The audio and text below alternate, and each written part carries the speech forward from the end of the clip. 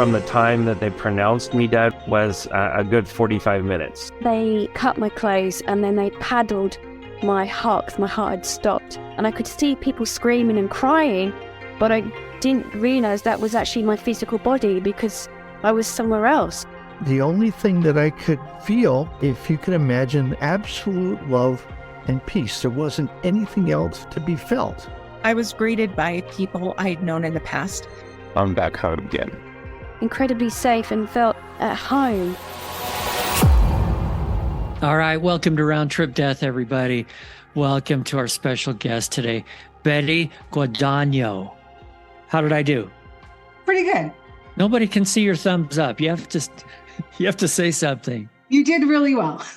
Okay, I appreciate that. From here on, you'll just be Betty G or just Betty. But that's it. Anyway, it's so good to have you. You're an unusual guest, and that's a good thing. Okay, I'll take it as a compliment then. Well, part of the reason is because you actually work for IONS, who we've talked about on this show before. Tell us a little bit about you and how you found IONS and what you do for them. Yeah, absolutely. So if anybody's unfamiliar with what that acronym is, IONS stands for the International Association for Near-Death Studies. Sounds fancy? It is. I'm really grateful to have an opportunity to work for this organization. At IONS, we have an online community, which is how I found my way there. And we have open sharing groups multiple times within a week. So as I was integrating my own spiritual experience, I found a group of other experiencers who were very open, very honest, very vulnerable and authentic. And they were sharing about their experiences. They were sharing about the tools that they used to integrate. They were sharing about their collective wisdom that they had achieved in the spiritual space. And it gave me a lot of opportunity to ground my own spiritual experience. And then, I quickly went into service. Since my spiritual awakening, I've had this, very intense draw to be of service to others. So I began moderating and facilitating our sharing groups online. And then I was quickly taken into the fold to work on the production side of things. So I actually am the webinar coordinator for our online community. So I find speakers, I hold space, I create panels and workshops that give space for experiencers to share. And then I also host IONS podcast on their YouTube channel, which is IONS Videos. And our podcast is called Explore the Extraordinary. And the podcast is really an opportunity to open up to all mystical experiences. Obviously, the root of our organization is the research around near-death experiences, but now we're growing and expanding into all mystical experiences and creating conscious space for that. And that's the purpose of the podcast. And don't forget Buddha Betty on YouTube. Yes, that's my own personal YouTube, Buddha Betty. It's a play on words. Yeah, and you do lots of interviews there. Now, some people may want to do these online groups you were talking about, but there are also local in-person groups all over the place, aren't there? Absolutely. Yes. There's local groups. And if there isn't a local group in your area, we have information on our website on how to create one. And I really think that there is a great call for conscious space. And there is this great call for people to be supporting each other as we make the paranormal normal and we make the extraordinary ordinary. I feel like so many of us are having these experiences or just stepping into spiritual awareness, even if it's been a slow and steady spiritual journey, because it is for many people. And I think that it's so great just to create that space for people to be able to support each other. I talk to people all the time that had an NDE 20, 30, 40 or more years ago. And back then they didn't dare talk about it. And they seem to find it very therapeutic to be able to talk about it now. And I would think even more so with a group of people who may have had a similar type of experience. Oh my goodness. Yes. It really makes you feel not as unique as you think you are when you get around other people and they're sharing your story back to you. And I think for people to come out of their spiritual closet and to be able to really unleash their authenticity is, for me, it's been the main part of my spiritual process in evolving, has been really tapping into my authenticity. And I think that sharing our spiritual experiences is a big part of that. Well, I know the group closest to me is in Salt Lake City, and they get sometimes a couple of hundred people out to a meeting, plus they have it online for those that just want to watch, and just wonderful people. I didn't make it to the national conference in DC this year, but I was at the national conference in Salt Lake City last fall. And I can tell you, if you haven't been to one before, yes, there is science behind it. And there's plenty of people with PhDs and all kinds of initials after their name talking, but there's also just real people, and everybody is so, what is the word? I don't know. They're just so accepting and inclusive, and nobody was saying, no, what you believe is wrong and what I believe is right, or any of that. It was just a lot of people getting together, and I hate to call it a love fest, but I mean, it was just really nice. Yeah, I heard somebody call it this last year, a very heart-centered space. And that's exactly what it is. I went to my first conference was the one in Salt Lake City in 2022. And I was so scared because I didn't know anybody. I was going by myself, and I hadn't really gotten as involved with IONS as I am now.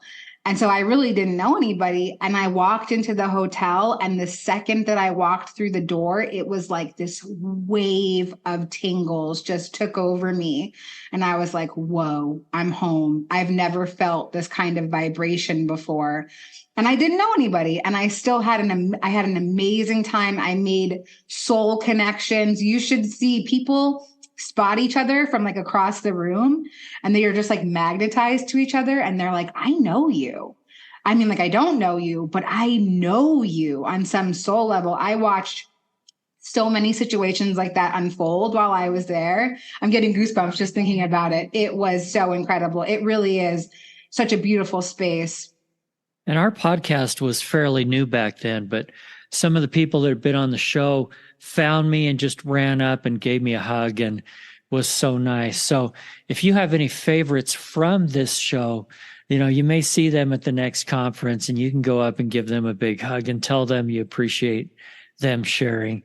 Anyway, let's talk about you now. Me. Finally. I was wondering when we were going to get here. Finally. You have quite the past, young lady. I do, yeah. Should I paint you a picture of it?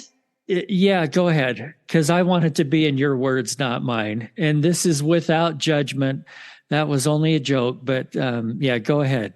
Oh, yeah. And just like brief little trigger warning, I do say some very triggering things because my life was very triggering. So I grew up in this very chaotic, dysfunctional home. My whole family is a perpetual cycle of addiction and poverty and everything that goes along with that, which includes sexual trauma, emotional trauma, physical trauma. And it's been that way for generations and generations. And it's exhausting being the one to break all the generational curses. But I guess that's what I'm doing here. So I grew up using drugs to cope with my feelings. I experienced sexual trauma as a young child, and I learned how to use and cope from my family. And I would see that whenever they were going through an emotion, any emotion, it could be joy and elation, or it could be sadness and depression, they would take a pill, or they would smoke something, or they would drink something, and their whole mood changed. And as a little kid, I said, I want that. I want to be able to do that. So the second that I could, I did. And so I started using drugs really early in my life. And, everything that goes along with that, I thought that it made me cool. I thought that it was my personality. I thought that I was a rebel. And, I watched my parents deteriorate with their own drug addiction. And in 2007, my parents had reached another bottom. I mean, they had hit so many bottoms in their life. But this bottom was pretty exceptional. And they were about to be evicted for, like the millionth time. The lights were turned off, the gas was turned off, the phone was turned off, there was no money. And they made this decision that they had to end their suffering and stop using drugs. And they did that by committing suicide with one another. And how old were you then? I was 23 when that happened, and my sister was 18, and we found them. And they left notes, and they were very brief. They were actually written on like the kitchen notepad that you would make a shopping list on. And, it didn't explain anything, but, in some way I understood because I knew how incredibly they were suffering in their life. Like not having money can really make a person do crazy things, like just not having any sort of financial security. And then along with the addiction and all of the mental stuff that goes along with that. And this was really, they thought that this was their only out. Yeah, it was just so traumatizing and so traumatic. And my sister and I coped in very different ways. I went like head first into my own addiction. And my addiction kind of became my parent. It felt like my addiction spoke to me and said, I'll never leave you. I'll never abandon you. It's me and you together forever. And so it became my best friend. It became my parent. It became my companion. It became my whole personality. I'm covered in tattoos of liquor bottles and packs of cigarettes. Like this was my identity. This was what I was going to do until I died. And I thought that the only way to stop using drugs was to die because that's what I saw modeled to me. How did you turn things around? Or am I jumping ahead too far? No, that's good. Yeah. How did I change things around? Well, I died. That helped. Yeah, I had this really transformative spiritual experience after an overdose of drugs in 2019. And, I had experienced a lot more trauma in my life. After my parents' death, I decided that I would never be a victim to my circumstance ever again, that I would now be the perpetrator in people's storylines, that I would be the abuser, because those were the only options that I thought there was. There was victim and victimizer. I didn't know that there was any other role to play. And so, I really caused a lot of harm in my life. I mean, mountains and mountains and mountains of harm. So I had this overdose. And when I overdosed, I was a militant atheist. And as my experience started to unfold, I was so pissed. I was so mad that I was wrong as I started to experience this unconditional love. I was like, how can I be wrong? Okay, back up a little bit. Don't jump ahead too fast on me here. Okay, the day that this happened, did something lead up to you doing more drugs than usual to an overdose? What happened? So the thing that led me to using more drugs was that I was going to go do my laundry. And I thought, I might as well be wavy for some mundane human task.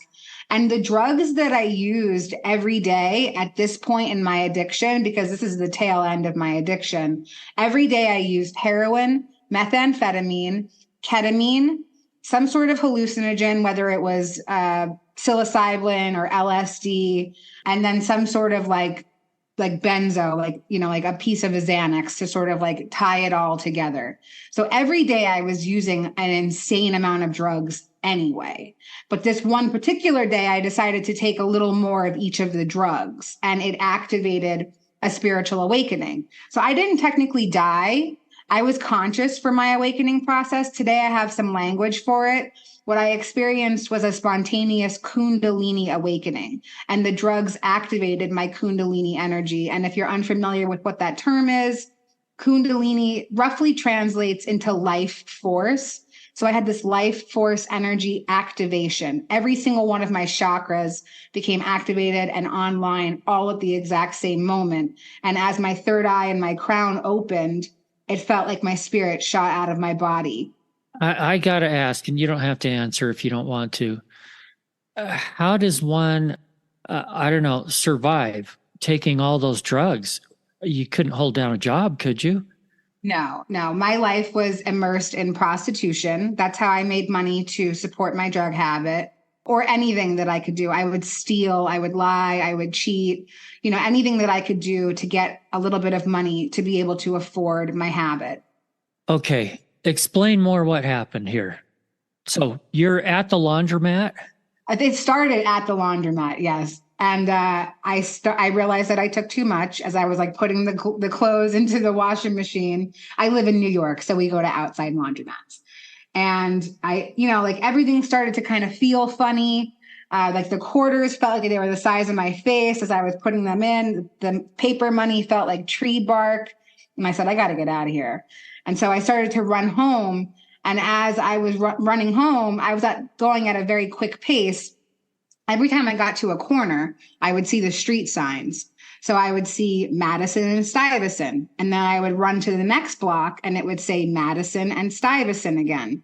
And the next block, it would say it again. And it felt like I was stuck inside of this loop.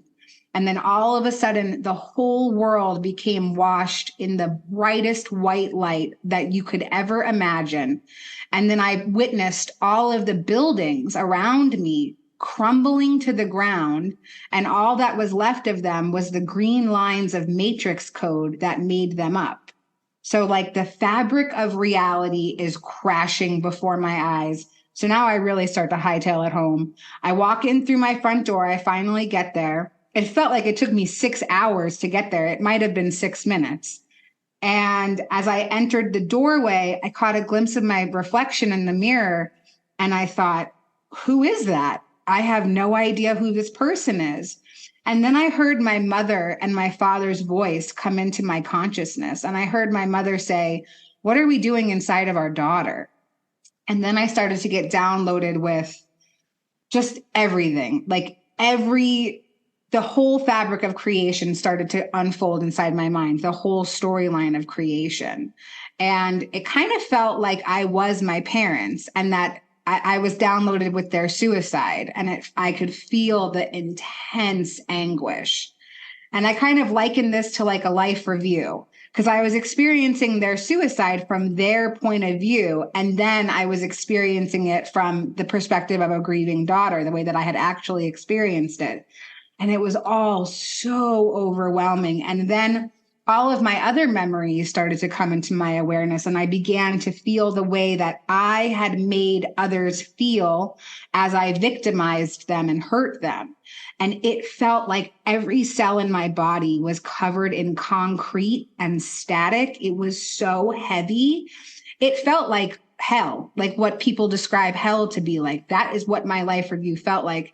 And I was stuck inside this super low energy. Just so people understand, and Ians is on board with this, someone's heart doesn't have to stop to have what we call a near-death experience. And that was your case, and that's been the case of some other people that we've had on this show. I've learned a lot as we've gone along. The intro to the show used to start with something like, we're interviewing people who have actually died and seen the other side and come back to talk about it. And that's true. But these experiences like you're describing fit in that category as well. Yeah, definitely. They're near-death-like experiences because it's all the same major points of a near-death experience. The life review, the seeing loved ones that have crossed over, the white light, like all of these other things that, are part of, like just the common near-death experience. So you were feeling a hell type of experience. Did it progress beyond that?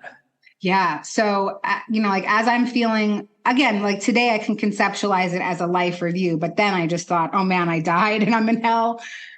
So I started to hear these masculine voices. I started to hear my own divine masculine voice. I recognized it as myself. And he was guiding me into the light. And then my father came in, and I had a boyfriend that had recently passed away as well. And so their voices were familiar to me. Their energy felt familiar to me. And they kept saying over and over again, you are worthy of all the love in the universe. You are worthy of all the love in the universe. And so I started to follow those voices. And I found myself landed on what felt a lot like a spaceship. It was all covered in complete white light. Everything that I'm going to describe is the images that were coming to my mind's eye. But on this spaceship deck, it looked a lot like the Gravitron ride at carnivals. I don't know if anybody can remember that, but it's like this spaceship that spins really fast and you throw yourself up against the wall and there's no gravity, so you can like flip upside down. That's what it felt like. It felt like I had come out of the side of one of those panels, and I was standing on the deck, and there was thousands and thousands of other souls all around me. And there was this commander in the center. And whether you want to call it Christ or Krishna or Buddha, just some sort of higher consciousness was the commander of all of these souls. And we were all getting hyped up for our mission to Earth. And everybody was so excited and like screaming, and like everybody was so happy to be going down to Earth for this mission. And the download that came through was that we were all coming down for the Great Awakening, that there would be a transformation of consciousness while we were incarnate on Earth, and we were going down to help shift the collective from a level of third dimensional thinking to fifth dimensional thinking. So I'm downloaded with this whole scene, and I'm realizing that I'm actually a spiritual warrior. And then my perception shifts to another scene, and everything is happening simultaneously, all at the exact same moment. And I find myself in front of this table of beings. And I don't know who they are, but I didn't even need to ask, because they were most certainly people in charge of something. And so I just had like this great respect. Like I felt like a great feeling of respect for them. And they had what looked like this big giant gold book in front of them. And they were thumbing through it. And they were like, hey, it's good to see you. Get prepared for your trip back. You're not meant to stay. And I'm like looking over my shoulders, like all around me. I'm like, you guys aren't talking to me, are you? Because I don't know where I am, but I'm definitely staying. This place feels way better than the place that I just was. And I am definitely staying here. And they're thumbing through the book and they're saying, no, you're not finished yet. You still have a lot more that you have to do. You haven't completed your mission. And so then they take me through the details of my pre-birth plan. So they showed me that I, as a soul, had actually designed my life before I came to Earth. And the way that it looked in my mind's eye was a lot like a grocery store. And there was this man who was guiding me through the grocery store. We had this big empty grocery cart. He was wearing a plaid blazer and a fedora. And he said, okay, pick your life. And so I start grabbing all of these, they look like cereal boxes, off of the grocery store shelves. And each cereal box had a life experience on it. And so I'm this little orb of light, and I'm like, well, if I'm going to Earth, I'm really going to Earth. And I start grabbing every cereal box I could get my hands on. So I'm picking sexual trauma. I picked my parents, the family line that I would be born into, my gender, my ethnicity. I picked all of my life challenges. And then I also picked all of my life's purpose and the pieces of my mission. So there's a box in the cart that says author. There's a box in the cart that says spiritual awakening. There's a box in the cart that says recovery. But none of those things had happened in my life yet, so they didn't resonate. So I just thought, wow, that's very lovely cart filler. So I'm taken through this whole scene. And every time that I grab a box, there's a little orb of light behind it waiting to come into contract with me to complete, like the experience.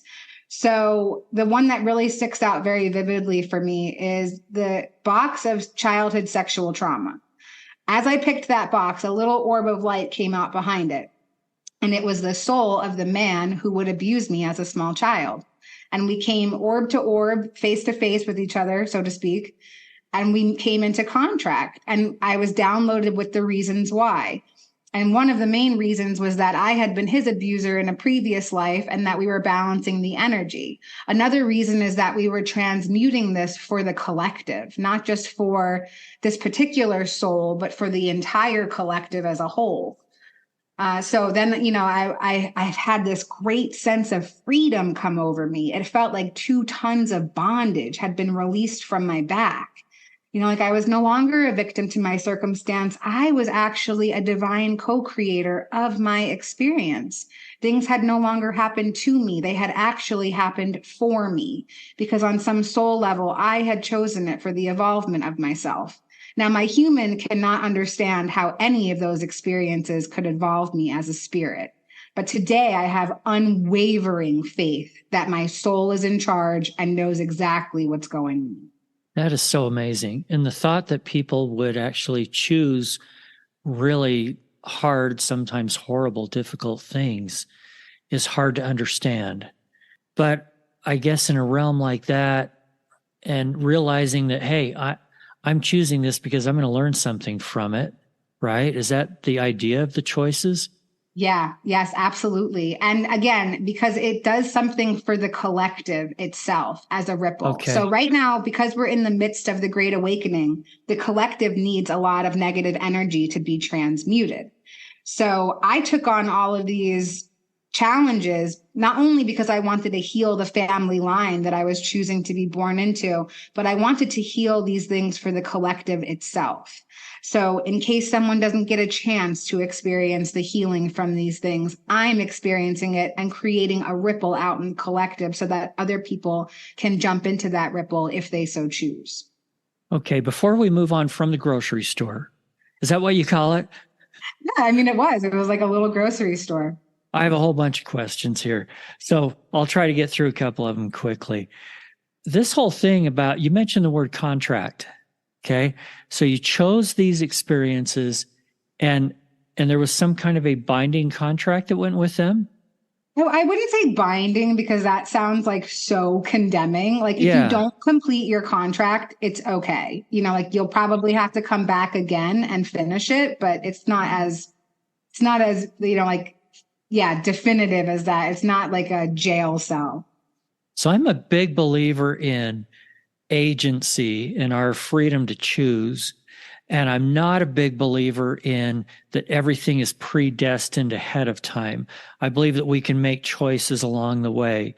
Does that fit into what you're talking about? In other words, you made some of these choices beforehand. During this life, could you make some different choices and change that path if you chose to? And is that a bad thing based on the contract that you entered into earlier? I know that's a lot of big questions there. No, that's great. So number one, there's no way to mess this up. It's not real. So like there's really no way to mess it up. It's just kind of a game that we're playing. So free will and pre-birth planning are not mutually exclusive. They go together. So pre-birth planning, I have picked out the major plot points in my story. Now, I exercise my free will as a human here on Earth by designing everything in between that. So let's say that I have 5 major plot points in my life. I can make loops and turns. They're not linear. So for instance, one of my major plot points was addiction and recovery and spiritual awakening. Those are some of my major plot points. So I could have come off of the path of addiction, you know, like 15 years ago, but I kept making my own free will decisions to continue on with the learning of that part of the lesson. And then at the point where I had gotten to where it was the spiritual awakening plot point needed to start to take place, it was like the recovery and the spiritual awakening plot point coincided, like they like crashed into each other because I had taken so many twists and turns along the way that now my plot points were going to mesh with each other. I could have come into spiritual awakening very slow and steady. And in fact, many times I think that would have been a lot nicer than getting a bucket of ice water thrown on my head and a bunch of spiritual bricks thrown at my face. Again, free will is the decisions that we make in between the plot points, but I have a deep knowing that we do pick specific things to do in our lifetime before we come here. It's like picking a major in college. We've picked the classes that we want to take. Yeah, and then we often change it if we feel like it later. Yeah. You mentioned the quote storyline of creation. What is that? What was that? Oof, that's real hard to articulate into words. So one way that I can is that I was downloaded with the divine feminine and the divine masculine storyline of creation. So you see this reflected in every mythology. Every pantheon has its own divine masculine and divine feminine energy, every mythological family. So there's Jesus and Magdalene, Shiva and Shakti, Hera and Zeus, Adam and Eve, Isis and Osiris. So I was shown that we as souls are here to express the divine masculine and divine feminine energy within ourselves. It doesn't necessarily mean that you're supposed to have a masculine and a feminine human being. Inside of my soul, it's divided into 2, a masculine and a feminine energy. And this is proven in science with left brain and right brain thinking. Okay, so it wasn't about the creation of the Earth or some galaxy or something. It was more about us. It was more about the soul's journey here. Again, Earth is an illusion, it's not real. So it's really just like, where do you decide to pick up the storyline from? So what makes you think that Earth is an illusion and not real? Well, I got lots of reasons why I think that. One of the main reasons is I'm a student and a teacher of A Course in Miracles. And in that metaphysical text, which is a channeled message from Jesus, it tells us that this world that we live inside of is a dream. And it can be a nightmare or it can be a happy dream, depending on where your thought forms go. That was something that gave me the confirmation of what I had experienced in my spiritual experience. When I woke up in the space of eternity, it felt like I had woken up from a dream. I remember kind of like shaking my head and going like, whoa, that was so weird. Did my parents kill themselves? Crazy. The same way that you would wake up from a dream and you'd only be able to grab 3 seconds of it when you're actually sleeping. So that's what it felt like. You know, like sometimes I can look around and just sort of see the energy vibrating in the walls around me and say like, I can't believe I think this is real. You know, like I know that real reality is without form. And this reality where we're in form is just kind of like a little pit stop. It's just a ride that we're on. Well, and to us here, if you can see it, feel it, touch it, smell it, etc., it must be real, right? Right. Yeah. Okay, let's jump back to the grocery store. I want to see what happened next. Okay.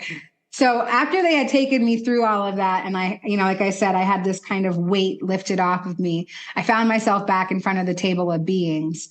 And I was so grateful. I just kept saying, wow, I'm so grateful to have this information. I'm so grateful to have this information.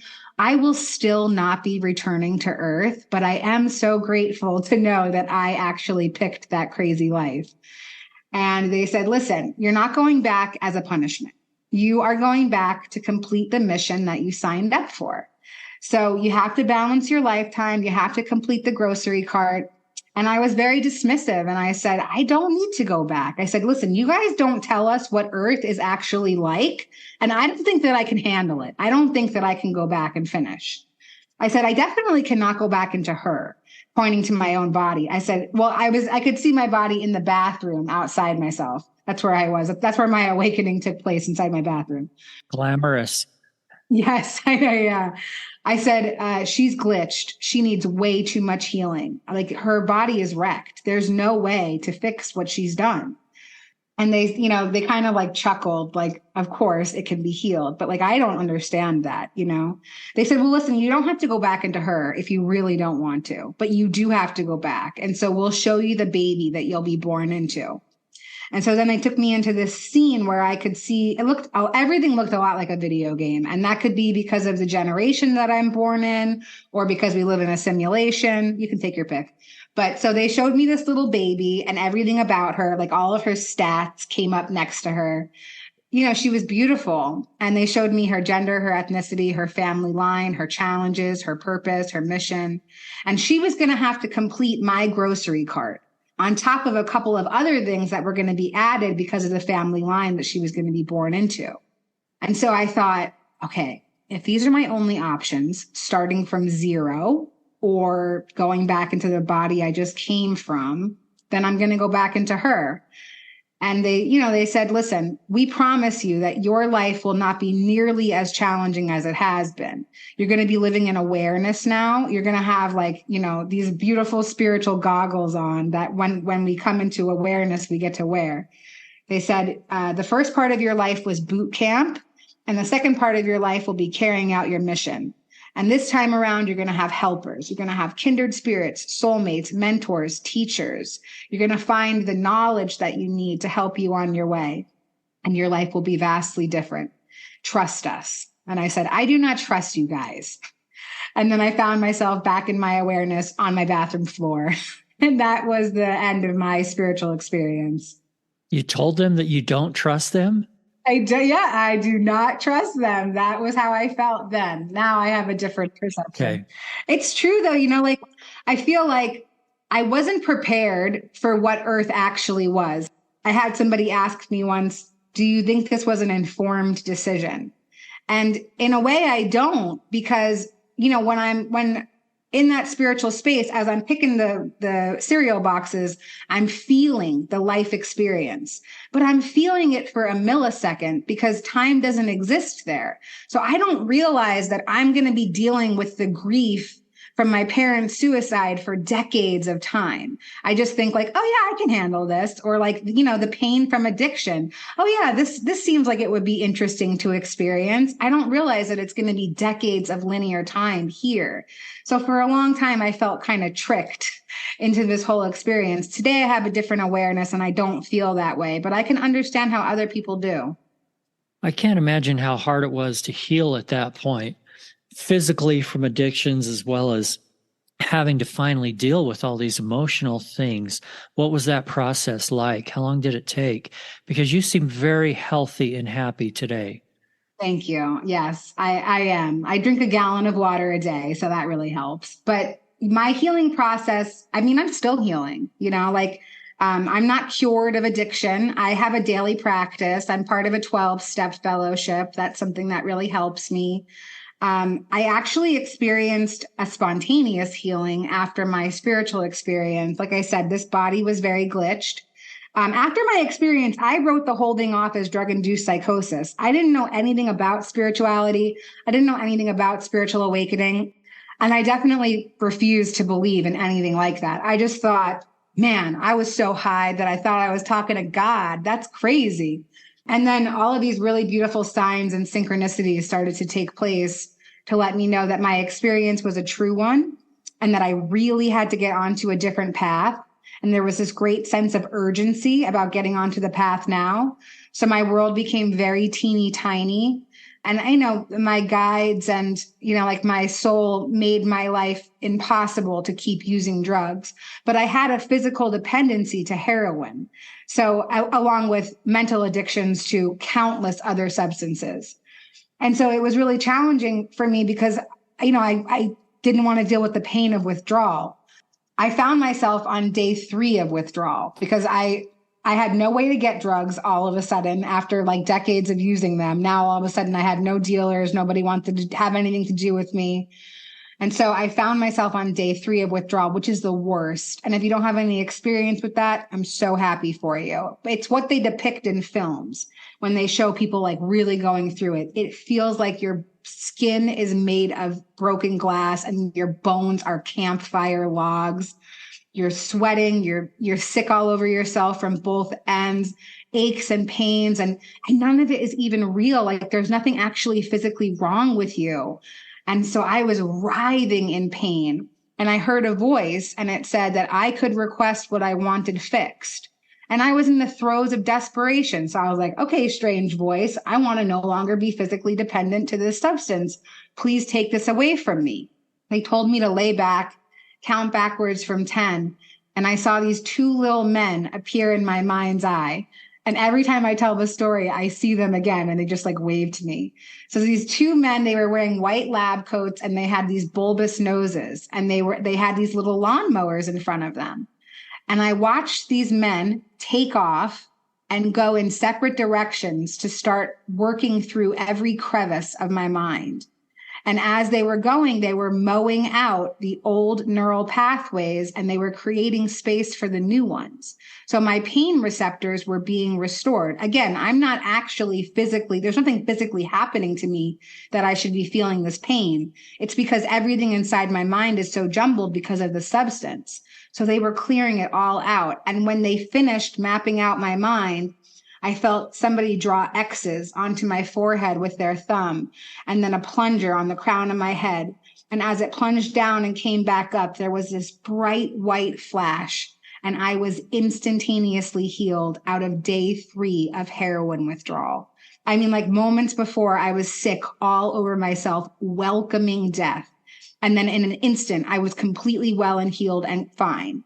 And I couldn't believe it. I threw myself on the ground. I was on my knees crying out, how could this be happening to me? I don't believe in this. You could not have picked a more unworthy subject to bestow this kind of grace on. And for the contrast, I was an atheist. I was an orphan to suicide. I was a drug addict. I was a prostitute. I was a liar, a manipulator, a thief. I was a rapist. I was a racist. I was all of the things that you would think would not bestow you with any kind of grace. In fact, those are all things that we're taught condemn you to something really terrible. And there I was, completely enveloped, totally healed, completely fine because of the unconditional love and grace of source energy. What did that feel like? I mean, it just, this flood of unworthiness tried to take over me. It really did. And it was quickly combated by what felt like a shield of light.